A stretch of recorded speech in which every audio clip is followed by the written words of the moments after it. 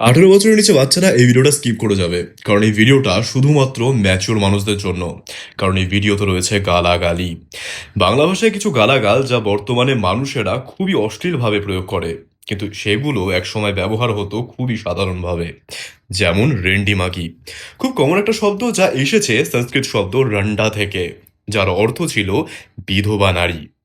এই শব্দ মধ্যযুগে সন্তানহীন নারীদেরকে শুধুমাত্র ব্যাকরণগত ই প্রত্যয় যুক্ত করে র্যান্ডি হিসেবে ব্যবহার হতো, যা পরবর্তীতে দেহ ব্যবসায়ী বা পতিতা নারীদেরকেও ডিমিন করতে মাতুগাম অর্থাৎ মাগি সাফিক্স লাগিয়ে ডাকা হতো রেন্ডি মাগি।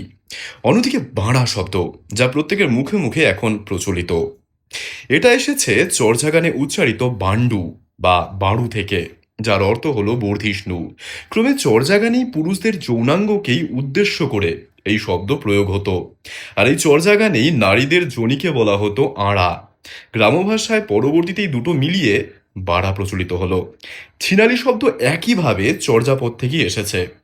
যেসব পুরুষরা স্ত্রী সংসার ছেড়ে অন্য একটি নারীতে আসক্ত হতো, সেই নারীকেই ছিনিয়াল বা ছিনার বলা হতো, যে ছিনিয়ে নিয়েছে। কিন্তু সেন যুগে গণিকামা হলে এই গালাগালিগুলো ভীষণভাবে গালাগালির রূপ নেয়। পরে হারামজাদা ও হারামি শব্দ নবাব আমলে যুক্ত হয়। ইসলামে যা অবৈধ তাই হারাম, আর যারা এই কাজ করে তাদেরকে বলা হতো হারামি, আর অবৈধ সন্তানদের বলা হতো হারামজাদা।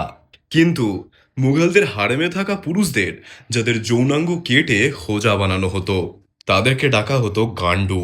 উত্তর ভারতীয় শব্দ গান্ড, যার অর্থ হলো মলদার, এর সাথে ফার্সি ভাষার মিশ্রণে এটাই সমাজের নপুংসক পুরুষদের ক্ষেত্রে ব্যবহার করা শুরু হয়।